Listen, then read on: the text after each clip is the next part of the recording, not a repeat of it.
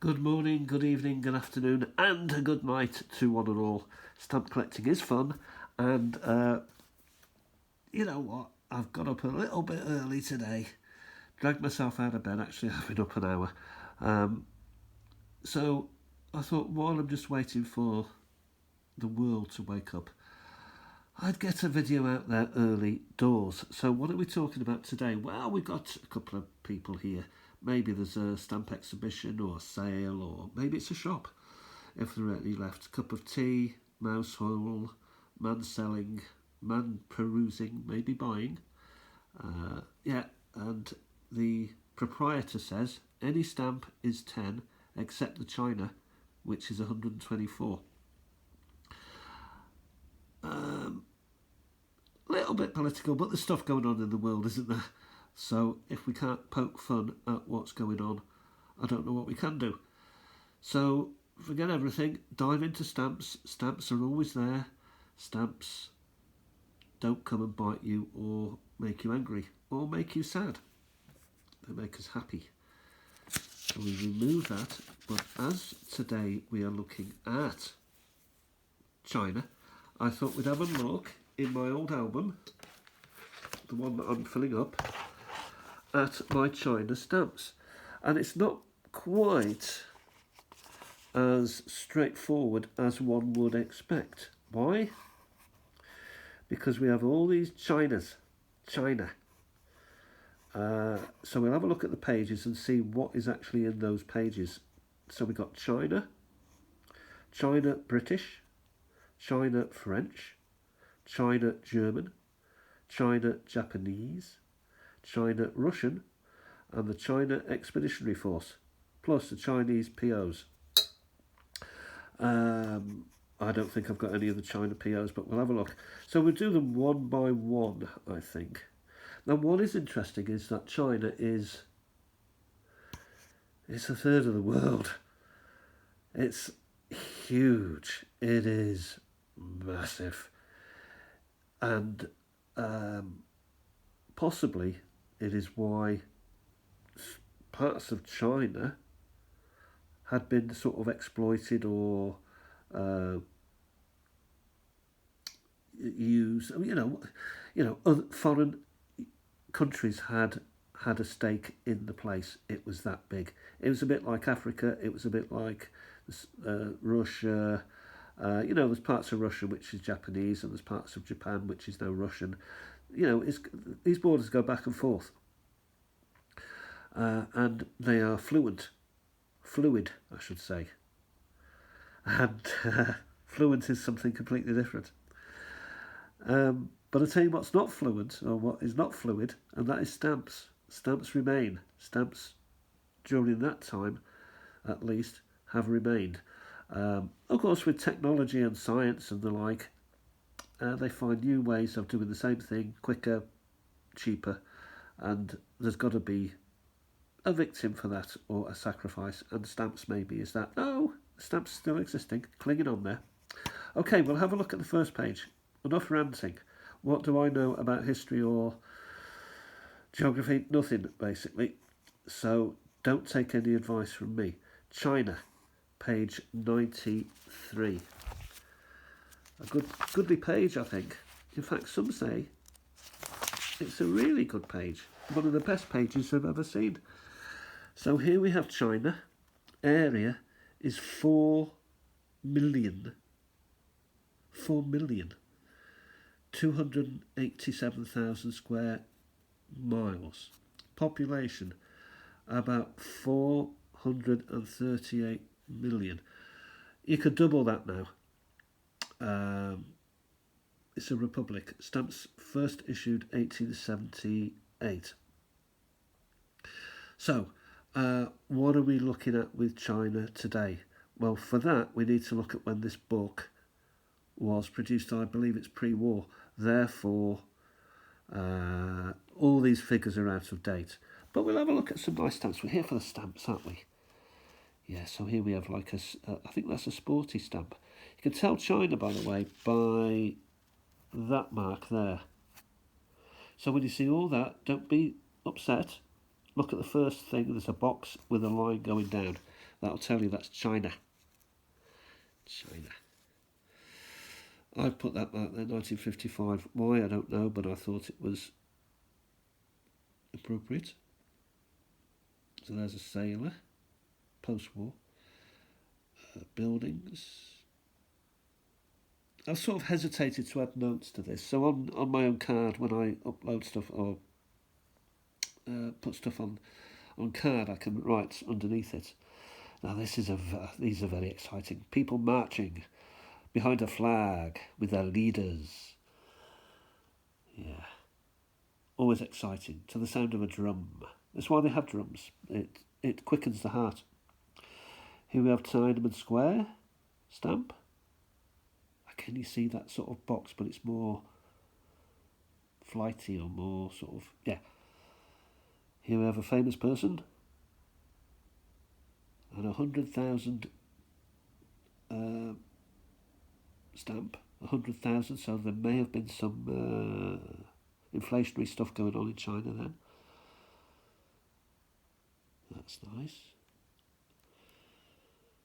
Here we have possibly agriculture. It could be. We used to paddy fields and the like, but you know, when China did embrace Westernism, Mao. Now, is this an overprint? I suspect this is an overprint.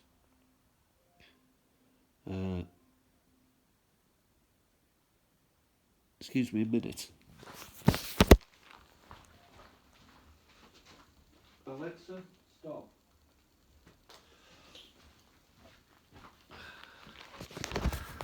That was my alarm to wake me up. It was going off, I'd forgotten to cancel. Okay, what have we got here? More Tiananmen squares, ducks and geese, overprints again, nice stars. This has been through the ringer somewhat. But yeah, they're sort of practical and yet cultural stamps. Early doors. Latterly, they're more, again, sort of westernised, pretty pictures, lovely colours. One or two slogans going on here. So we have the Beijing Congress of 1999. So they are still using slogans as such, and also using the Western language. So that's China. Is there anything on the other side? Nothing on the other side, but we do see Chinese post offices and Tibet, which subsequently was taken over by the Chinese. Still to this day, I think. Yes, it is. So we just go back to the index again, and we'll therefore go to the next pages. China. So 78 is British China. Let's have a look at page 78, what we've got there. These are all out of arts and crafts, apart from the ones that were in anyway. So, China, British POs, they're talking about there. Have I actually got any? I've got Hong Kong, China. That's a Chinese stamp. That is inappropriately placed. Another China stamp. I would suggest none. No, that's a modern stamp, so no. So I think I've only got Hong Kong.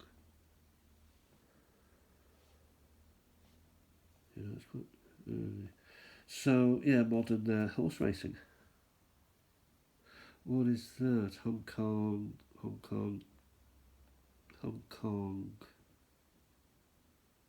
and China. So that is a fail basically. So China, British POs, none, but Hong Kong, there are a few. So back to the index and have a look what's China, French 96, page 96, let's have a look at that, page 96, 90, all over the place, 91, 95, 96. Okay, there seems to be a couple of stamps here. French possessions, French offices in China, and also country China, Rhode Island, Inland Settlement, Indochina. So we got Indochina there. So that's quite nice. We have one. Is it the right way around? Possibly not. And we have two. Where there's one, there's two. République Française, Posts Indochine, Chiffre, Tax. What would you call this? Possibly, well, it's Republic of France, Indochina. Of all these, it's Indochina, so I'm not looking at French offices in China at all. These are Indochina stamps. So it does tick a bit of a box. Maybe. Anyway, back to the index again. So we've had French, German, 95. So we'll look at page 95, if I can not spend too much time turning pages. 94, 95. Dutch East Indies, Dutch colony, or Dutch Indies I should say, German post offices in China, Russian post offices in China, Far East Republic, and we have one stamp which is a Ned India. So this is a Dutch East Indies stamp. There are no China stamps in here. This does belong here because it says on this print here on the page that Ned India. Cloud shower. Russian. And what looks to be an old Russian, another old Russian stamp. So nothing to declare there. And are we up to that finally moment yet? Japanese, which is 98. 98 and a 79. Let's have a look at 79. 79. Chinese Expeditionary Force. I think I've got a Lara India on this page. So even if I had a pretty pile of Chinese, I'm afraid there wouldn't be room for them. Those are all India.